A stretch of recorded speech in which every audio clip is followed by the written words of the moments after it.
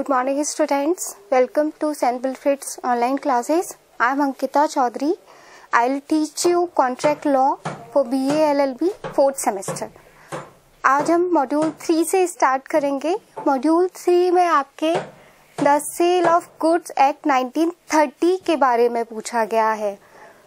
सो basically हम introduction and background से start करेंगे कि सेल ऑफ गुड एक्ट का क्या हिस्ट्री रहा है, कैसे आया, कब कमेंस हुआ, उसका टाइटल क्या है, एंड देन हम उसके बारे में उसकी डेफिनेशंस पढ़ेंगे.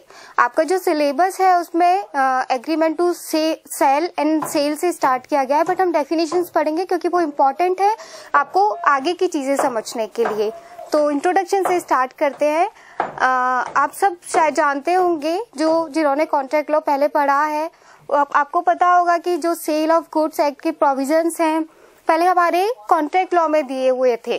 तो कॉन्ट्रैक्ट लॉ में सेक्शन 76 से लेके 123 तक आपके सेल के जो प्रोविजंस है वो दिए गए थे. फिर क्या हुआ कि उन प्रोविजंस को बेसिकली जो सेल ऑफ गुड्स एक्ट है हमारा मूवेबल प्रॉपर्टी से डील करता है. मूवेबल प्रॉपर्टी की जो भी सेल होती है उससे रिलेटेड जितने भी प्रोविजंस हैं आपके वो सेल ऑफ गुड्स एक्ट में दिए गए हैं. कॉन्ट्रैक्ट आपका जनरल कॉन्ट्रैक्ट होता है तो हमने उसको सेपरेट कर दिया, उसको एक अलग से एक्ट बना दिया जो सिर्फ मूवेबल प्रॉपर्टी की सेल से रिलेटेड प्रोविजंस को होल्ड करता है. ठीक है, जो हमारा एक्ट बना था वो बना था 1 जुलाई 1930 को. ये इसकी डेट ऑफ कमेंसमेंट है. ये 1 जुलाई 1930 को बना था. मींस 1 जुलाई 1930 को कॉन्ट्रैक्ट में से इसको रिपील कर दिया गया था और नया एक्ट बना दिया गया था. जब नया एक्ट बनाया गया था आपका तो उसका नाम the sale of good act नहीं था. जब वो नया एक्ट बना था तो उसका जो रियल नेम था, जो ओरिजिनल नेम था, वो था the Indian sales of goods act 1930. फिर 22 सितंबर 1963 को हमने उस एक्ट को रीनेम किया और रीनेम होने के बाद जो एक्ट का नाम था वो बना हमारा the sale of goods act 1930. ये एक्ट आपके होल इंडिया में एक्सटेंड करता है except Jammu and Kashmir. Generally हम सारे एक्ट्स में यही पढ़ते हैं कि कोई भी जो एक्ट है वो जनरली पूरे इंडिया में एक्सटेंड करता है एक्सेप्ट जम्मू एंड कश्मीर. तो ये मोटा मोटा हमारे सेल ऑफ गुड्स का इंट्रोडक्शन है कि भाई पहले कॉन्ट्रैक्ट में आया था, फिर कॉन्ट्रैक्ट से हटा दिया, नया एक्ट बना दिया, सिर्फ मूवेबल प्रॉपर्टी से ही डील करता है पूरा. जो हम आगे एक्ट पढ़ेंगे तो आप ये पॉइंट हमेशा ध्यान रखिएगा कि ये सिर्फ और सिर्फ मूवेबल प्रॉपर्टी से डील करता है. अब बात आती है इमूवेबल प्रॉपर्टी से फिर कौन सा एक्ट डील करता है. आपने ट्रांसफर ऑफ प्रॉपर्टी एक्ट का नाम सुना होगा. तो जो ट्रांसफर ऑफ प्रॉपर्टी एक्ट है वो इमूवेबल प्रॉपर्टी से डील करता है. सेल ऑफ गुड्स एक्ट सिर्फ मूवेबल प्रॉपर्टी से डील करता है. अब हम आते हैं डेफिनेशंस की ओर. आपके सिलेबस में डेफिनेशंस नहीं लिखी हुई है बट स्टिल हम पढ़ेंगे क्योंकि डेफिनेशन आपका बेस बनाती है. डेफिनेशंस को पढ़ने से जब आप आगे के प्रोविजंस पढ़ेंगे, आगे के जो कॉन्सेप्ट्स हैं उनको समझने में इजी हो जाएगा. इसलिए पहले हम डेफिनेशंस पढ़ेंगे. डेफिनेशंस हम एक एग्जाम्पल से पढ़ेंगे. मैं आपको ये एग्जाम्पल कराऊंगी. इस एग्जाम्पल्स में आपकी जितनी भी मेन डेफिनेशंस हैं वो सारी कवर हो जाएंगी. इसके आगे का जो प्रोविजन है वो हम बाद में पढ़ेंगे. हम डेफिनेशन पढ़ते हैं. तो लेट्स बिगिन. ठीक है, यहाँ पे एक सेलर है. मान लीजिए ए सेलर है और बी बायर है. ठीक है, ए ने बी को गुड्स सेल किए. ठीक है, अब जब हम डेफिनेशन की बात करेंगे, ए सेलर है, बी बायर है, ए गुड्स को सेल कर रहा है बी को. ठीक है, तो सबसे पहले जब हमने सेलर की बात की तो सेलर कौन होता है. According to sale of goods act आपकी सेलर की डेफिनेशन सेक्शन 2 सबसेक्शन 13 में दी हुई है. अकॉर्डिंग टू दिस सेक्शन जो आपका सेलर होता है वो पर्सन होता है जो आपको या तो गुड्स सेल करता है, ठीक है, बायर को गुड्स को सेल करेगा या फिर अग्रीज टू सेल होता है. ठीक है, या तो वो इमीडिएटली उन गुड्स को बायर को सेल कर देगा या फिर उन दोनों के बीच में अग्रीमेंट हो जाता है कि वो इन फ्यूचर गुड्स को सेल करेंगे या और वो खरीदेगा। ठीक है, तो जो भी पर्सन या तो गुड्स को सेल करता है या अग्री हो जाता है कि वो इन फ्यूचर में आपको गुड्स को सेल करेगा, तो वो हो जाता है सेलर। ठीक है, अब आता है बायर। ए ने बी को गुड्स सेल किए, जो सेल कर रहा है वो सेलर और जो खरीद रहा है जिसने गुड्स को बाय किया है वो कौन हो जाएगा, बायर। बायर की डेफिनेशन सेक्शन 2 सबसेक्शन 1 में दी हुई है। सेम वही डेफिनेशन है जो आपकी सेलर की है। सेलर में वो सेल कर रहा है, बायर में वो गुड्स को बाय कर रहा है। बाय इसकी डेफिनेशन भी यही कहती है कि बायर वो होता है जो गुड्स को या तो बाय करता है या वो अग्री हो जाता है सेलर से कि मैं आपके गुड्स को इन फ्यूचर बाय करूंगा। ठीक है, अब बात आती है कि भाई इसने इसको सेल की, किस चीज की सेल की, गुड्स की सेल की। ठीक है, अब जब गुड्स की बात आती है, स्टार्टिंग में ही हमने पढ़ा था कि सिर्फ मूवेबल प्रॉपर्टी के लिए ही ये एक्ट बनाया गया है, तो ऑब्वियसली यहाँ पे मूवेबल प्रॉपर्टी की ही सेल हो रही होगी, इमूवेबल प्रॉपर्टी की तो नहीं हो रही होगी। जब गुड्स की बात आती है तो गुड्स में हम दो चीजें पढ़ेंगे। फर्स्ट हम जो पढ़ेंगे वो नेचर पढ़ेंगे कि गुड्स का क्या नेचर है जो सेल हो रहा है। दूसरा हम पढ़ेंगे काइंड्स ऑफ गुड्स। ठीक है, यहाँ पे भी गुड्स को दो पार्ट्स में डिवाइड किया गया है कि भाई कौन कौन से गुड्स हैं जो सेल हो सकते हैं। हम डेफिनेशन में ही पढ़ेंगे, सबसे पहले हम पढ़ते हैं फिर मूवेबल प्रॉपर्टी। ठीक है, गुड्स की डेफिनेशन में आता है वो गुड्स जो आपकी इस एक्ट में गुड्स की डेफिनेशन डिफाइन की गई है वो ऐसे डिफाइन की गई है कि गुड्स वो सारी मूवेबल प्रॉपर्टी है। गुड्स सिर्फ मूवेबल प्रॉपर्टी को इंक्लूड करता है। ठीक है, मूवेबल प्रॉपर्टी में भी अब उसने दो कैटेगरीज को डिफाइन किया है। उसने स्पेसिफिकली बताया है कि मूवेबल प्रॉपर्टी को अगर ये इंक्लूड करता है तो मूवेबल प्रॉपर्टी में भी किन किन को इंक्लूड करता है और किन किन को एक्सक्लूड कर देता है। ठीक है, जब इंक्लूड करने की बात आती है तो आपके स्टॉक को इंक्लूड करेगा, शेयर्स को इंक्लूड करेगा, ग्रोइंग क्रॉप्स को इंक्लूड करेगा, ग्रास को इंक्लूड करेगा और ऐसी कोई भी प्रॉपर्टी जो लैंड में अटैच है लेकिन जिसको लैंड से सीवियर करा जा सकता है और उसके बाद उसको सेल किया जा सकता है। जब वो अटैच है तो वो इमूवेबल कैरेक्टर की है, लेकिन जब उसको सीवियर कर दिया जाएगा तो वो मूवेबल कैरेक्टर की बन जाती है और उसको भी इसकी डेफिनेशन में हम इंक्लूड करते हैं। फॉर एग्जाम्पल, आपका जो सीलिंग फैन होता है, सीलिंग फैन जब आपकी सीलिंग में लगा हुआ है तो वो इमूवेबल प्रॉपर्टी है, लेकिन उसका जो नेचर है वो ऐसा होता है कि उसको वहां से हटा सकते हो और उसको हटा के आप बेच सकते हो। तो उस तरीके के गुड्स को भी आप यहाँ पे मूवेबल प्रॉपर्टी में इंक्लूड करेंगे। अब बात आती है कि किन किन गुड्स को मूवेबल प्रॉपर्टी में यहाँ इंक्लूड नहीं किया गया है। जब एक्सक्लूड करने की बात आती है तो उसमें आपकी दो चीजें बताई गई है। एक बताया गया है एक्शनेबल क्लेम, दूसरा बताया है मनी। जब हम एक्शनेबल क्लेम की बात करते हैं तो उसमें बेसिकली इससे क्या समझते हो आप, ये एक लीगल राइट होता है बेसिकली जो आप कोर्ट से इन्फोर्स कराते हैं। जब आप कोर्ट से कुछ इन्फोर्स करा रहे हो, जनरली हम ये इसमें इंक्लूड करते हैं राइट टू सू। आप किसी को सू करने का राइट रखते हो तो आप उस राइट को सेल नहीं कर सकते। ठीक है, तो इसको हम इसमें इंक्लूड नहीं करते हैं, मूवेबल प्रॉपर्टी में इंक्लूड नहीं करते हैं जब हम गुड्स की बात करते हैं। दूसरा एग्जांपल अगर हम लेते हैं तो आपने बिल्स ऑफ एक्सचेंज का नाम सुना होगा।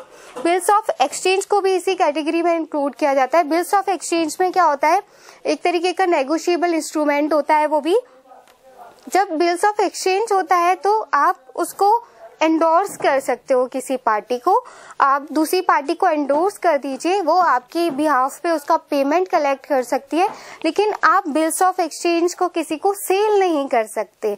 ठीक है, तो एक्शनेबल क्लेम को हम मूवेबल प्रॉपर्टी में जब गुड्स की बात होती है तो इंक्लूड नहीं करते हैं। और सेकंड होता है मनी। ठीक है, मनी को आप कभी भी सेल नहीं करते हो। आपको पता है मनी को कभी सेल नहीं किया जाता है, इसमें ज्यादा एक्सप्लेनेशन की जरूरत नहीं है हमें। ठीक है, अब हमने नेचर पढ़ लिया कि गुड्स का क्या नेचर है। मूवेबल प्रॉपर्टी होनी चाहिए, मतलब मूवेबल काइंड का आपका जो है वो गुड होना चाहिए, मूवेबल नहीं होना चाहिए, तभी वो सेल ऑफ गुड्स की डेफिनेशन में आएगा। अब बात आती है काइंड्स ऑफ गुड्स। ठीक है, जब हम डेफिनेशंस की बात करते हैं और जब हम आगे भी पढ़ेंगे तो हमारा सेल ऑफ गुड्स एक्ट है जो दो तरीके के गुड्स से डील करता है। फर्स्ट है फ्यूचर गुड्स। फ्यूचर गुड्स की डेफिनेशन आपकी सेक्शन 2 सबसेक्शन 6 में दी हुई है। दूसरा है आपका स्पेसिफिक गुड्स जो आपके सेक्शन 2 सबसेक्शन 14 में दिया हुआ है। फ्यूचर गुड्स की बात करते हैं। सबसे पहले फ्यूचर गुड्स क्या होते हैं। फ्यूचर गुड्स को आपके डेफिनेशन में ऐसे डिफाइन किया गया है, वो सारे गुड्स जो या तो मैन्युफैक्चर किए जाते हैं या एक्वायर्ड किए जाते हैं या प्रोड्यूस किए जाते हैं after making the contract of sale. आपका कॉन्ट्रैक्ट ऑफ सेल बन गया, मान लीजिए मैंने आज कॉन्ट्रैक्ट ऑफ सेल बना लिया, ठीक है। आज मैं आपसे कॉन्ट्रैक्ट करती हूँ, मैं एग्जांपल बता रही हूँ आपको। आज मैं पार्टी से कॉन्ट्रैक्ट करती हूँ कि मेरे जो खेत है उसमें जो भी नेक्स्ट गेहूं की फसल आएगी, जो भी गेहूं की क्रॉप होगी वो मैं आपको सेल करूंगी, ठीक है। वो हमारे फ्यूचर गुड्स हैं। मैंने कॉन्ट्रैक्ट आज कर लिया आपके साथ कि मैं फ्यूचर में आपको ये गुड्स सेल करूंगी। अभी तक जब आप कॉन्ट्रैक्ट बना रहे हो तो ये गुड्स एग्जिस्टेंस में नहीं है, ठीक है। ये गुड्स एग्जिस्टेंस में नहीं है, ये आपका कॉन्ट्रैक्ट बन जाएगा, उसके बाद एग्जिस्टेंस में आएंगे। उसमें भी 3 कैटेगरीज हैं, या तो वो मैन्युफैक्चर बाद में होंगे या फिर हो सकता है कि आप किसी और से एक्वायर्ड करोगे उनको इन फ्यूचर, या फिर वो प्रोड्यूस बाद में होंगे, जैसे कि हम क्रॉप की बात कर रहे हैं, ठीक है। तो वो फ्यूचर गुड्स की कैटेगरी में आता है जो after making the contract of sale होते हैं। अब जब हम फ्यूचर गुड्स की बात आते हैं तो यहाँ पे 2 चीजों में कंफ्यूजन क्रिएट हो जाता है, फ्यूचर गुड्स एंड अनअसर्टेन्ड गुड्स, ठीक है। ये दोनों चीजें डिफरेंट हैं, ठीक है। सेल ऑफ गुड्स एक्ट में फ्यूचर गुड्स की बात होती है, अनअसर्टेन्ड गुड्स की बात नहीं होती है। इसका क्या एग्जाम्पल हो सकता है। इसका एग्जाम्पल ये हो सकता है कि आप किसी शॉप पे जाते हो, आप जो शॉपकीपर है उससे कांटेक्ट करते हो कि आपके पास आपके गोडाउन में इतना अनाज रखा हुआ है, उसमें से 50 क्विंटल आप मुझे दे दीजिए। तो ये अनअसर्टेन्ड है, ठीक है। उसमें कोई सर्टेनिटी नहीं है कि भाई है भी या नहीं है, और फिर कोई क्या है गुड्स क्या है क्या नहीं है। जब वो चीजें सर्टेन नहीं होती हैं तो उन गुड्स को फ्यूचर गुड्स से हम नहीं कंपेयर करते हैं। ये दोनों चीजें डिफरेंट होती हैं। जब हम सेल ऑफ गुड्स की बात करते हैं तो सिर्फ फ्यूचर गुड्स की बात करते हैं, अनसर्टेन गुड्स की बात नहीं करते हैं। अनसर्टेन गुड्स का ट्रांसफर नहीं हो सकता है, ठीक है। अब बात आती है स्पेसिफिक गुड्स की। स्पेसिफिक गुड्स आपके सेक्शन 2 सबसेक्शन 14 में डिफाइन किया गया है। स्पेसिफिक गुड्स जो है वो इसका अपोजिट होते हैं। यहाँ पे आप कॉन्ट्रैक्ट बना रहे हैं, उसके बाद गुड्स का एक्वायर हो रहा है या प्रोड्यूस हो रहा है, मैन्युफैक्चर हो रहा है। स्पेसिफिक गुड्स में बिल्कुल अपोजिट है। ये वाले जो गुड्स होते हैं या आइडेंटिफाइड होते हैं, अग्रीड अपॉन होते हैं at the time of making of contract. जिस टाइम आपने कॉन्ट्रैक्ट बनाया, मैं शॉप पे गई, मैंने देखा मान लीजिए मैं कोई कॉस्मेटिक्स लेने जाती हूँ, मैंने देखा कि मुझे ये शैम्पू चाहिए, ये चाहिए, ये चाहिए, ये चाहिए। मैंने सारे गुड्स को आइडेंटिफाई कर लिया। जो सेलर है उससे मैं एग्री हो गई कि मुझे ये गुड्स चाहिए और मैं उनको खरीदती हूँ। तो ये स्पेसिफिक गुड्स हो जाते हैं जो उसी टाइम आप देखते हो, अग्री करते हो और आइडेंटिफाई करते हो और उनको खरीद लेते हो। ये हो गई आपकी गुड्स की डेफिनेशन। इसमें हमने मूवेबल प्रॉपर्टी पढ़ ली, फ्यूचर गुड्स पढ़ लिया, स्पेसिफिक गुड्स भी हमने पढ़ लिया, ठीक है। अब हम बात कर रहे हैं, सेलर ने बायर को गुड्स सेल किए, ठीक है। अब गुड्स सेल कर रहा है तो ऑब्वियसली गुड्स को डिलीवर कर रहा होगा, ठीक है। इसको गुड्स डिलीवर हो रहे होंगे और गुड्स भी कब डिलीवर होंगे, जब वो डिलीवरेबल स्टेट में होंगे, ठीक है। ऐसा नहीं है कि डैमेज गुड्स को आप वहां पे उसको सेल कर दोगे, ठीक है। वो डिलीवरेबल स्टेट में होने चाहिए। उनका स्टेट वो होना चाहिए कि बायर ने जैसा अग्री किया था वो उसी तरीके से उनको एक्सेप्ट कर सके। और दूसरा होता है डिलीवरी, मतलब जब गुड्स को सेल कर रहे हो तो ऑब्वियसली आप बायर को गुड्स को डिलीवर करोगे। जो भी आपकी अग्री टर्म्स हैं उन पे आप गुड्स को डिलीवर करते हो। जब हम डिलीवरी की डेफिनेशन की बात करते हैं तो डिलीवरी की डेफिनेशन आपकी सेक्शन 2 सबसेक्शन 2 में दी हुई है, ठीक है। डिलीवरी की डेफिनेशन क्या होती है? डिलीवरी आपका कहता है कि जो भी वॉलेंटरी ट्रांसफर ऑफ पोजेशन है, यहाँ पे इन दोनों में अग्रीमेंट हुआ है, इन दोनों में कॉन्ट्रैक्ट हुआ है कि हम गुड्स को बेचेंगे, मैं गुड्स को बाय करूंगा, तो ऑब्वियसली वॉलेंटरीली हो रही हैं सारी चीजें, तो वॉलेंटरीली ट्रांसफर ऑफ पोजेशन हो रहा है सेलर से बायर को। ठीक है, यहाँ पे आप ये याद रखिएगा, जब डिलीवरी की बात होती है तो पोजेशन की बात होती है, ओनरशिप की बात नहीं होती है। ठीक है, आपने यहाँ से यहाँ डिलीवरी करी, ट्रांसफर ऑफ पोजेशन किया, ओनरशिप को ट्रांसफर करने का तरीका अलग होता है, पोजेशन को ट्रांसफर करने का तरीका अलग होता है। यहाँ पे जब हम ट्रांसफर ऑफ पोजेशन की बात कर रहे हैं, तो ट्रांसफर ऑफ पोजेशन आप कैसे दोगे? आप वॉलंटरीली इसको ट्रांसफर पोजेशन दे रहे हो। अब होती है बात ट्रांसफर ऑफ पोजेशन की, तो ट्रांसफर ऑफ पोजेशन आप कैसे दोगे? आपके पास document of title of goods जो होता है, document of title of goods जो होता है, उसको आप बायर को दे दोगे। बायर को नहीं दोगे तो उसके बिहाफ पे किसी पर्सन को दोगे, तभी ट्रांसफर ऑफ पोजेशन होगा। Document of title of goods क्या होता है? अगर हम इसको शॉर्ट में समझे, अगर हम इसका अगर मीनिंग निकालें, तो बेसिकली ये क्या होता है?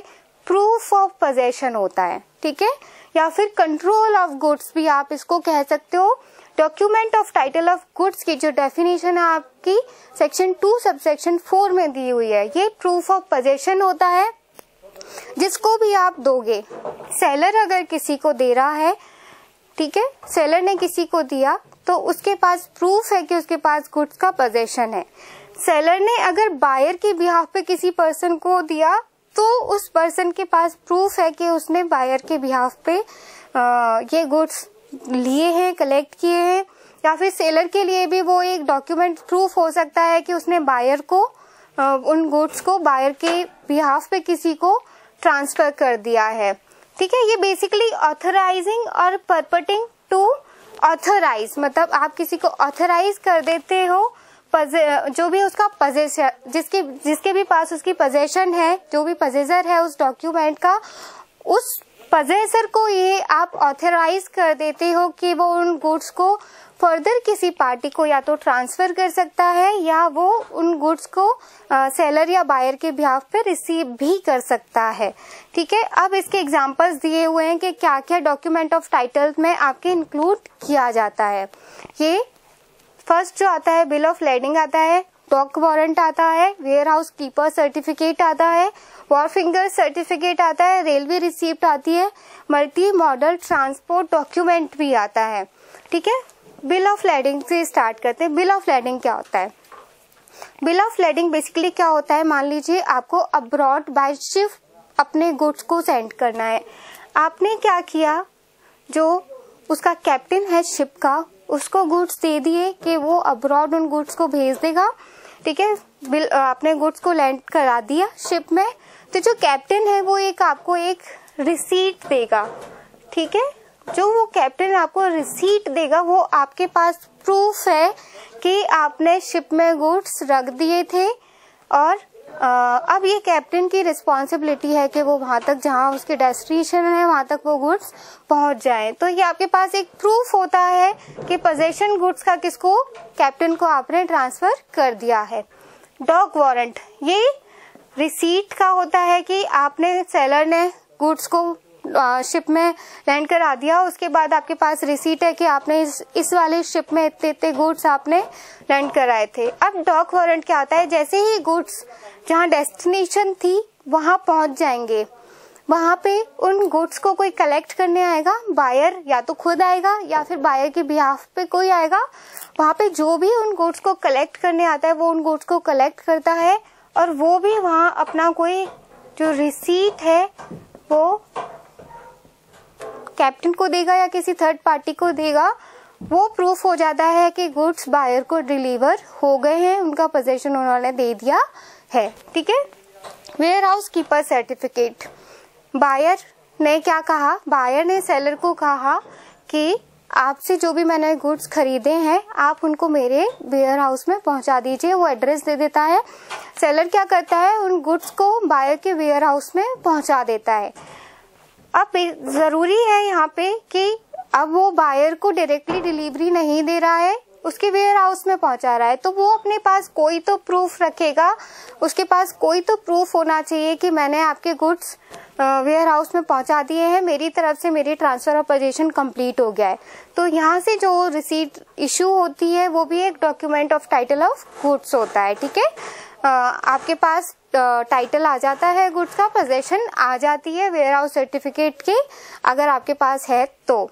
ठीक है, सेम यही चीजें, ये भी सेम चीजें होती हैं, अलग अलग जगह पे होती हैं। ये सारे हमारे document of title of goods होते हैं जो आपको टाइटल देते हैं पोजीशन का। जैसे ही आपको पोजीशन का टाइटल मिल जाता है, आप जैसे भी आपको ऑथराइज किया गया है, या तो उनको फर्दर ट्रांसफर करने के लिए ऑथराइज किया गया है, या फिर आपको किसी और पार्टी से गुड्स को रिसीव करने के लिए ऑथराइज किया हुआ है, वो जैसे भी आप जिस भी कैपेसिटी में काम कर रहे हैं वो वैसे ही वर्क करता है। ये आपका होता है डॉक्यूमेंट ऑफ टाइटल, जो आपके सेक्शन 2(4) में दिया हुआ है। अब बात आती है डिलीवरी कर दी। डिलीवरी जब आप गुड्स की करोगे तो वो डिलीवरेबल स्टेट में होने चाहिए। डिलीवरेबल स्टेट का क्या मतलब होता है? डिलीवरेबल स्टेट का बेसिकली जो मतलब होता है वो आपका दिया हुआ है सेक्शन 2 सबसेक्शन 3 में। इसका क्या मतलब, इसको ऐसे डिफाइन किया गया है कि गुड्स एक ऐसे स्टेट में होने चाहिए जहां बायर बाउंड हो जाए उनकी डिलीवरी को लेने के लिए। फॉर एग्जाम्पल मतलब यहाँ पे हमने वेयर हाउस कीपर सर्टिफिकेट पढ़ा था। ठीक है, यहाँ पे हमने पढ़ा था वेयर हाउस कीपर सर्टिफिकेट क्या होता है। बायर और सेलर के बीच में एक एग्रीमेंट हुआ था कि ये इतनी क्वांटिटी के गुड्स बायर को सेल करेगा, ए बी को सेल करेगा। ठीक है, यहाँ इन दोनों के बीच में एक एग्रीमेंट हुआ। बायर ने कहा कि आप मेरे गुड्स को वेयर हाउस कीपर सर्टिफिकेट में पहुंचा दीजिएगा। ठीक है, वो उन गुड्स को warehouse keeper certificate warehouse में पहुंचा देते हैं और उसको ये सर्टिफिकेट भी इशू हो जाता है। अब क्या होता है कि वेयर हाउस से वो गुड्स उनकी थेफ्ट हो जाती है या वेयर हाउस में फायर लग जाती है, तो यहाँ जो बायर है वो सेलर से क्लेम नहीं कर सकता, डैमेजेस क्लेम नहीं कर सकता या गुड्स क्लेम नहीं कर सकता, क्योंकि इसकी तरफ से इसका वर्क कंप्लीट हो चुका है। वो गुड्स ऐसी स्टेट में उसने पहुंचा दिए थे, डिलीवरेबल स्टेट में उसने पहुंचा दिए थे जहां बायर बाउंड है उनकी डिलीवरी को लेने के लिए, वहां ये गुड्स इसके ही हो जाते हैं। यहाँ पे ऐसा नहीं होगा कि सेलर से वो क्लेम करने लग जाए कि थेफ्ट होने के बाद बोले कि मेरे पास तो गुड्स ही नहीं पहुंचे थे। सेकंड, ये एक एग्जांपल है। सेकंड ये होता है कि इनमें जो भी क्वांटिटी और जो भी क्वालिटी डिसाइड हुई थी गुड्स की, जो भी क्वालिटी और क्वांटिटी स्पेसिफिक जो डिसाइड हुई थी, उस क्वांटिटी और क्वालिटी में गुड्स आ रहे हैं जैसा अग्री हुआ था इन दोनों के बीच में, जैसा अग्रीमेंट हुआ था, उस केस में भी बायर बाउंड होता है, वो गुड्स को लेगा, वो मना नहीं कर सकता उसकी ये, क्योंकि बेसिकली क्या होता है, ये इंटरेस्ट सबका, जो भी आपका लॉ बनता है वो सारे पर्सन्स का इंटरेस्ट को सेव करने के लिए बनता है बेसिकली। अगर यहाँ सेलर ने गुड्स इसको दे दिए, जो भी अग्रीड टर्म्स थी उन पे दे दिए, अब ये मना कर दे कि आपने 5, इसने 5 के लिए बोला था, उसने 5 भेज दिए, बोला नहीं आप 5 दे रहो, मुझे 10 ही चाहिए, 10 दो, अगर 5 दोगे तो नहीं लूंगा, तो फिर इसको कितना डैमेज हो जाएगा, इसको लॉस ऑफ प्रॉफिट होगा। तो जो भी लॉ बनता है वो दोनों का इंटरेस्ट को ध्यान में रखे हुए बना हुआ है कि ना तो इसका कोई लॉस ऑफ प्रॉफिट होना चाहिए ना इसका होना चाहिए, दोनों का इंटरेस्ट सेव करना लॉ का मेन पर्पस होता है, जो भी पार्टीज होती हैं उनका पर्पस होता है। तो यहाँ जैसे ही वो डिलीवरेबल स्टेट में है वहाँ बायर बाउंड हो जाएगा उनकी डिलीवरी लेने के लिए। अब ये हमने यहाँ पे सारी डेफिनेशंस पढ़ ली। जब हम कॉन्ट्रैक्ट की बात करते हैं और कॉन्ट्रैक्ट के एसेंशियल एलिमेंट्स की बात करते हैं तो हम पढ़ते हैं कि पार्टीज होनी चाहिए।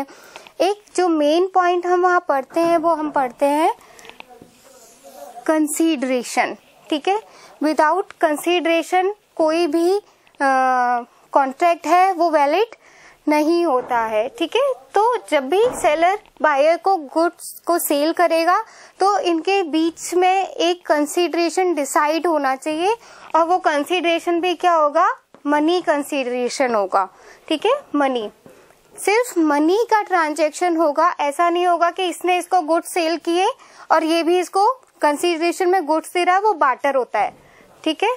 बार्टर सिस्टम यहाँ पे नहीं होगा, यहाँ पे सिर्फ मनी में कंसीडरेशन दिया जाएगा। अब हमारी लास्ट जो डेफिनेशन बचती है वो मर्केंटाइल एजेंट की डेफिनेशन बचती है, जो आपकी बहुत इंपॉर्टेंट है इसमें समझने के लिए।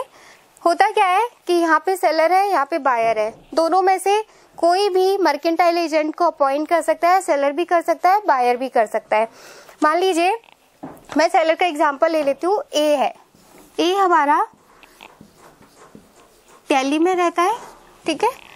अब इसको जो गुड्स है वो कहाँ करने हैं, सेल कहाँ करने हैं, उसको मान लो मुंबई में करने हैं।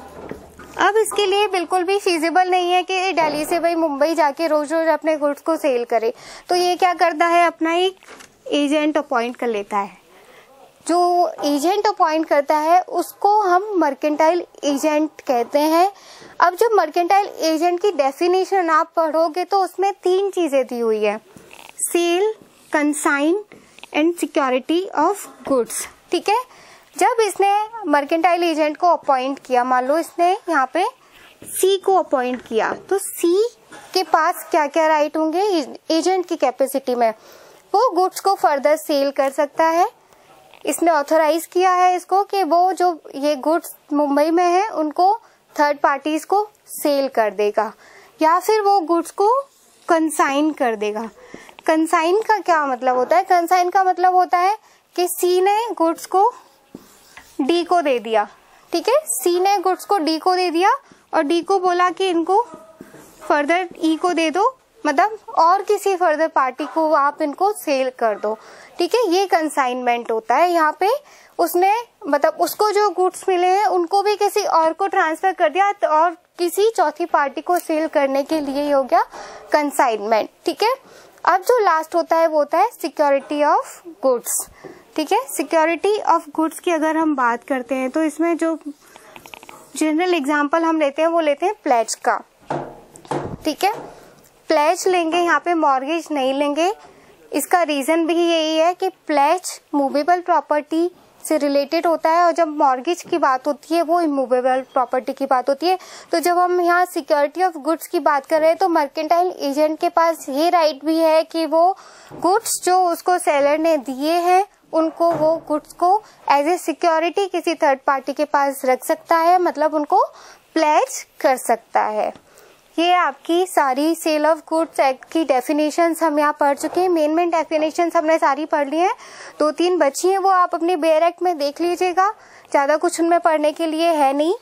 जो हम नेक्स्ट लेक्चर है उसमें आपका जो मॉड्यूल 3 है उसमें आपका formation of contract chapter 2 basically बताया गया है, जिसमें हम agreement to cell and sale and formation of contract, implied warranties and conditions पढ़ेंगे।